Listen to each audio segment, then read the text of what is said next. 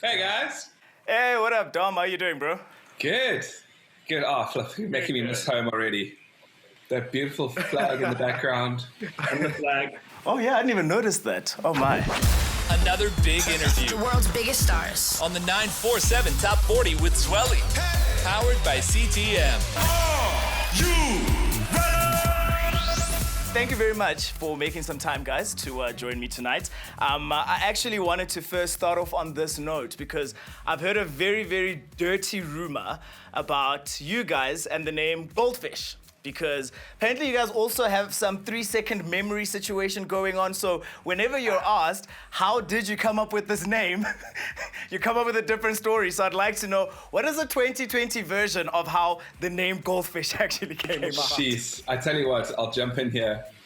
If the 3-second memory could be used for a better time than now, I don't know what is, because 2020 has been a little bit interesting. It's kind of useful to sort of just wipe that slate clean and be like, hey, Yeah. it's amazing.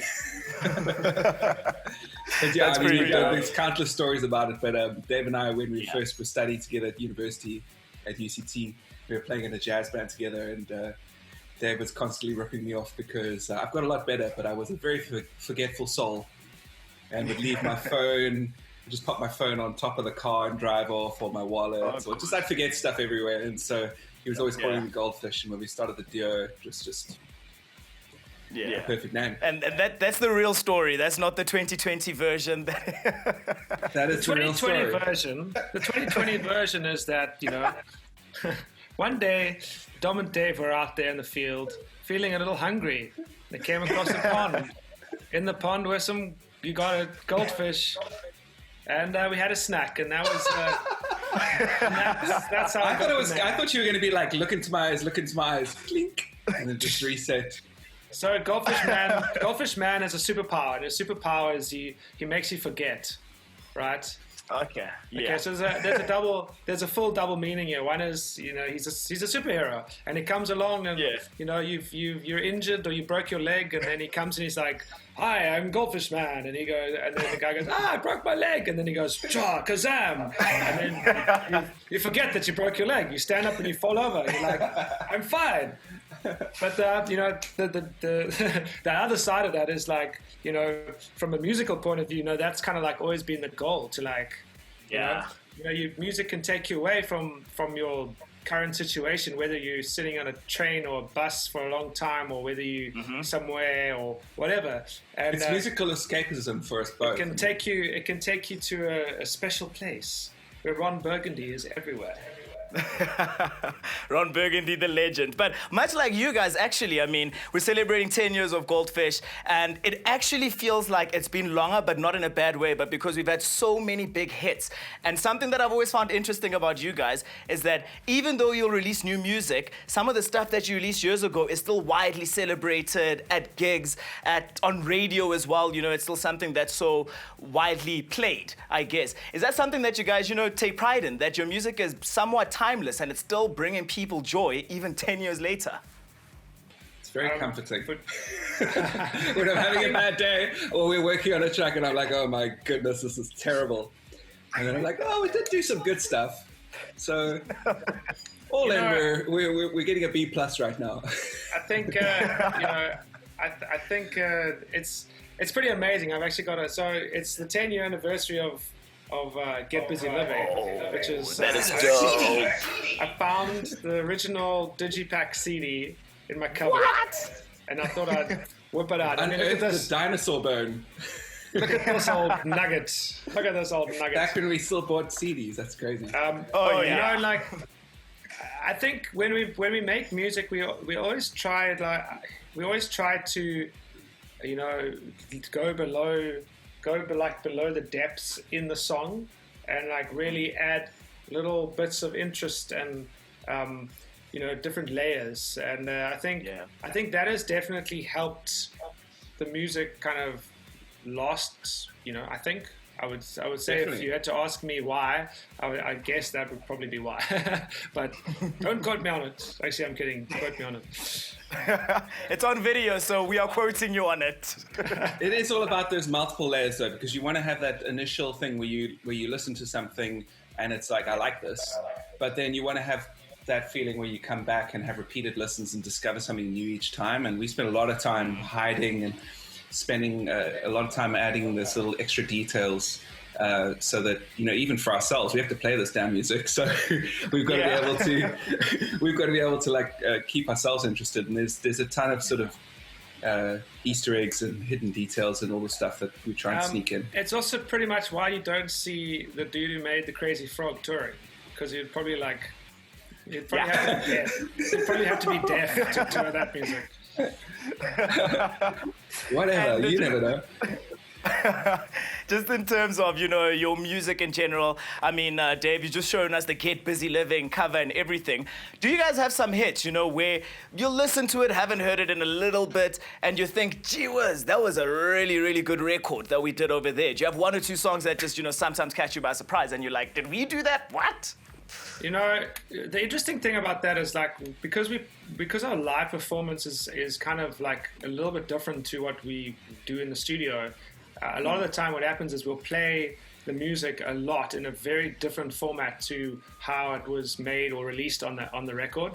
So a lot of the times we'll actually go back and listen to the record and be like, oh, a lot of the time it's by accident. Like, it'll come on in a restaurant, or like Dave pops on the track in the background. I'm like, what? That's how we used to do it? The last time we busy basically taking our whole catalog and putting it on vinyl. It's such a, you know, for many reasons. The one reason is it's actually just such a cool big format, like, and we've had such amazing designers create artwork for us, like this Get Busy Living one. I mean, if you look down into the details of all these little characters, they're all living their lives, and there's a whole, you know, there's a little story inside everything, and so the first one that we've actually just completed now is for our very first album, Caught in the Loop, and they sent us the test pressings. We found a new place to do our vinyls, and they're amazing. And they sent the 180 gram test pressings, and I had to listen to them. It's a double vinyl, right? So 2 LPs. Yeah. I had to listen to every song a few times to make sure everything was fine, just audio wise. And so for a week, one weekend, we only listened to that album in my house, and it was like a whole. It was like such a. It's like an old relative coming to visit. Exactly. There was just so many wow moments. Like, we did that. Whoa! Auntie Caught in the Loop's coming to stay. Yeah, and listening to a guitar solo by one of our buddies, a good friend of ours, Wayne Bush, he played 2 amazing guitar solos on that album. And I hadn't heard them in ages, and I was just like, that's so cool. So I guess it's a rediscovery for ourselves as well, being able to listen to these albums we made so long ago. It feels so long ago and so not so long ago at the same time. Time is this very elastic thing. It's like it's flown by, and then it's also felt like a lot's happened. So it's an interesting, and there's a lot of interesting things that happen when you listen to those tracks. Like, it triggers a lot of memories from those times, and I think a lot of us have gone through that in the last, this year specifically, just revisiting chapters of our lives and appreciating those moments in a way that we wouldn't have necessarily. It's reliving the good times. I think Get busy living. There we go. I was going to say that you guys are speaking about, all these good times, and that actually leads me to the one question that I had, is that we see so many groups, so many duos where things get a little bit awkward at times, and even though they try and pretend that things are still fine, we can feel it, we can see it. But even now, just from chatting to you two, and every single time, I guess your fans have interacted with you, we've interacted with you, you guys always seem like you're having the time of your damn lives. So has there been a stage maybe where we didn't know, and it's like, Dom drank the tequila last night and Dave isn't too impressed now? A tequila. You're giving Dom far too little credit there. We are tequila connoisseurs, so what's been amazing is that Dom and I started out playing in a band a long time ago. I can't even remember. We were playing in a jazz band, and there was a very different dynamic in with having multiple people to deal with the whole time. Having 5 different people in a band. Sometimes it's like a cart being pulled by 5 different horses in 5 different directions. And I think once we've been in different bands like all our lives as when we were growing up. And I think when it just became the two of us, we were so relieved that it was like this, we had this shared vision. And I think that is really like, has set us off on a really like strong, foundation. Trajectory. And the foundation, I feel like, was really strong to start with that like shared vision. That I think we've overcome a lot, with that in mind. And a lot of bands don't get this far, I guess, not because they're not making good music, but just can they actually stay together long enough to go through weather all those ups and downs. Honestly, it's like this is a musical marriage, Dave and I. We're like an old married couple. But it really is like that. There's relationships, and whether it's art or business or anything you do, the relationships are what actually can make something be successful or not. Dave and I have just kind of stuck at it through. We've definitely helped each other through ups and downs in our lives, and been really good like sounding boards and advice and support for each other. And long may that continue. I think one of the real tricks is that we have drunk names for each other. So once Dramas arrived or Bravett, then we know that all bets are off. So. and may you never meet either of those gentlemen. You guys are chops. But look, I've got a bone to pick with you. I think it must have been back in 2011, 2012, you guys released Call Me, featuring Monique. And it was massive. We're hearing it everywhere. Still one of my favorite songs from you guys. But I was in a relationship at the time and I was in varsity. And I kid you not, my girlfriend would always make it her BBM status whenever she was like super pissed off with me or whatever the situation was. And every time that song would play, even I heard it the other day, it's on my shuffle. I always think back to that moment and I'm like, damn it, what a good song. But how dare you guys create this material? Because that always got me into trouble. I'd just like to take this moment to apologize, and to everybody out there who also probably got nailed by it. The joke is that we wrote that, like the lyrics and everything, from our perspective as dudes, but then Monique sang it, so it's flipped around, So. And there's also that unwitting thing. You write a song, you have no idea how it's going to go out there and like how it's going to be interpreted or how it's going to get framed in everyone's lives. And that song actually was quite funny. I actually remember the day we wrote that song. Well, I walked into, Dom was busy like messing around with this like piano riff that he had come up with, like this awesome piano riff that went. And I just remember walking into the room and going, and I think he hadn't been answering his phone or something, because he'd been like as in ideas mode. He's knee deep in his piano riff, and he'd probably played it like 4,000 times by that point. And I walked into the room and I was like, "Why don't you call me? Why don't you call me back?" And I'm like, "Okay, that's it. That's the song." Yeah. So, honestly, with all the stuff we make, it's kind of interesting how a lot of the time these things are the most bizarre happy accidents why a song ends up the way it is, like like the phone rings, or I go upstairs to go make us some coffee or tea or something, and Dave picks up my bass guitar and comes up with the riff for "This Is How It Goes." Like there's just it's like these moments it's hard to know whether we have free will or it's predestined and this is all just playing out, because especially when you're making music, how it gets baked in, it's just interesting. Or whether it's just like, even a blind squirrel finds a nut sometimes.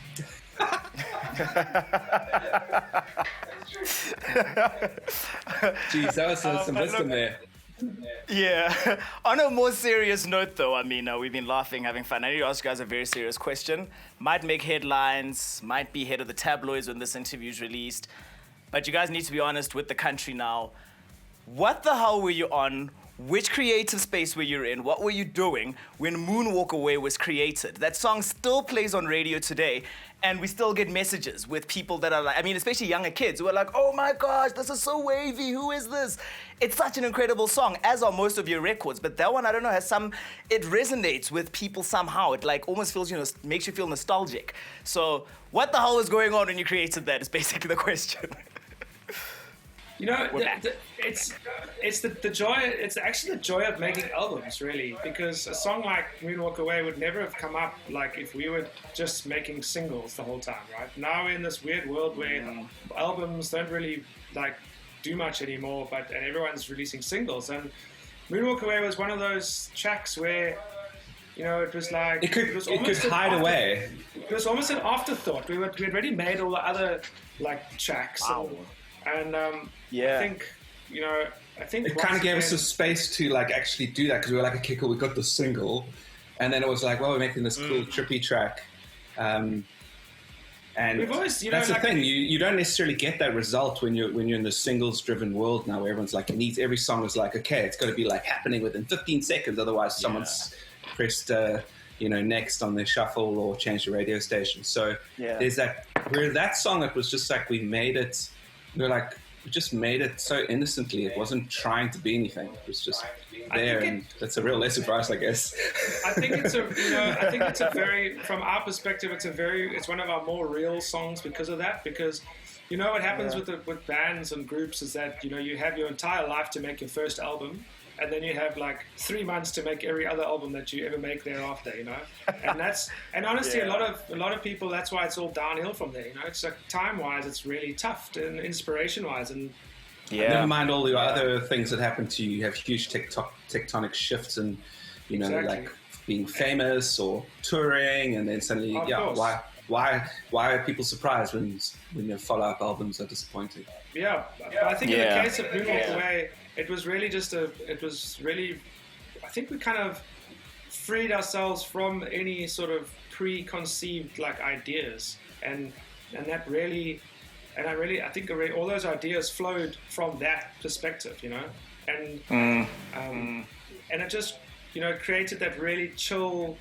I mean, you know, we started out making like super chill music, so it was really like us harking back to the real deal, or, you know, one of those more kind of like chilled, you know, Zen with, like, kind of tracks. Zen kind of track with like a cool like African vibe to it, you know, and then we did the remix of it as well, where we added the samples of Armstrong on the Moon, and like I remember when I found those clips, I remember like I actually got like kind of tearful. I was like, whoa, we're like, something's happening here, because that was such a momentous moment in the world where like we put a human being on another celestial body, and like and it's free to use under NASA. They have to, you know.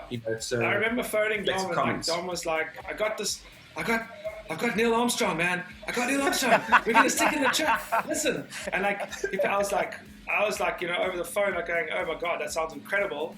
And like Googling, like, geez, can we use this? And then just this thing came up, and it's like Creative Commons. They're because they're a governmental agency, they're not allowed to copyright stuff, which is actually super cool of them. Very un-American, not to make money from something.